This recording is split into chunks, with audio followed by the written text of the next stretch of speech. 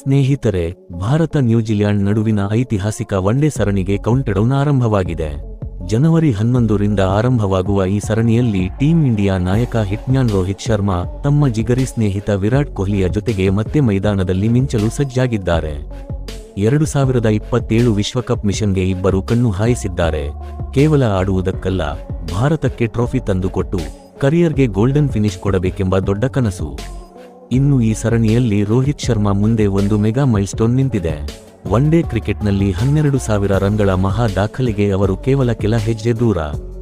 ಇನ್ನು ಈಗಾಗಲೇ 279 ಪಂದ್ಯಗಳಲ್ಲಿ 11,516 ರನ್ ಬಾರಿಸಿದ ರೋಹಿತ್ 3 ಒನ್ಡೇಗಳಲ್ಲಿ ಬ್ಯಾಟ್ ಕಿಚ್ಚು ಹೊತ್ತಿಕೊಂಡರೆ ಹೊಸ ವರ್ಷದ ಮೊದಲ ತಿಂಗಳಲ್ಲೇ 12K ಕ್ಲಬ್ಗೆ ಎಂಟ್ರಿ ಖಚಿತ. ಸ್ನೇಹಿತರೆ, ಇದು ಕೇವಲ ಮೈಲ್ಸ್ಟೋನ್ ಅಲ್ಲ, 2 ದಿಗ್ಗಜರ ರೆಕಾರ್ಡ್ಗಳಿಗೂ ದೊಡ್ಡ ಸವಾಲು. ದಕ್ಷಿಣ ಆಫ್ರಿಕಾ ಲೆಜೆಂಡ್ ಜಾಕ್ ಕಾಲಿಸ್ ಹಾಗೂ ಪಾಕಿಸ್ತಾನದ ಮಾಜಿ ನಾಯಕ ಇಂಜಮಾಮ್ ಉಲ್ ಹಕ್ ಇವರ ದಾಖಲೆಗಳನ್ನು ರೋಹಿತ್ ಮುರಿಯುವ ಅಂಚಿನಲ್ಲಿದ್ದಾರೆ. ಕೇವಲ 64 ರನ್ ಮಾಡಿದರೆ ಕಾಲಿಸ್ಗಿಂತ ಮುಂದೆ, 223 ರನ್ ಮಾಡಿದರೆ ಇಂಜಮಾಮ್ ರೆಕಾರ್ಡ್ ಕೂಡ ಪಾಸ್ಟ್. ರೋಹಿತ್ ಕೊಹ್ಲಿ ಜೋಡಿ ಮತ್ತೊಮ್ಮೆ ಕ್ರಿಕೆಟ್ ಅಭಿಮಾನಿಗಳಿಗೆ ಸಂಭ್ರಮ ಪಡುವಂತೆ ಮಾಡುತ್ತಾರೆ. ಸ್ನೇಹಿತರೆ, ನೀವು ಕೂಡ ಕ್ರಿಕೆಟ್ನ ಅಭಿಮಾನಿಯಾಗಿದ್ದರೆ ನಮ್ಮ ಚಾನೆಲ್ಗೆ ಸಪೋರ್ಟ್ ಮಾಡಿ. ಧನ್ಯವಾದಗಳು.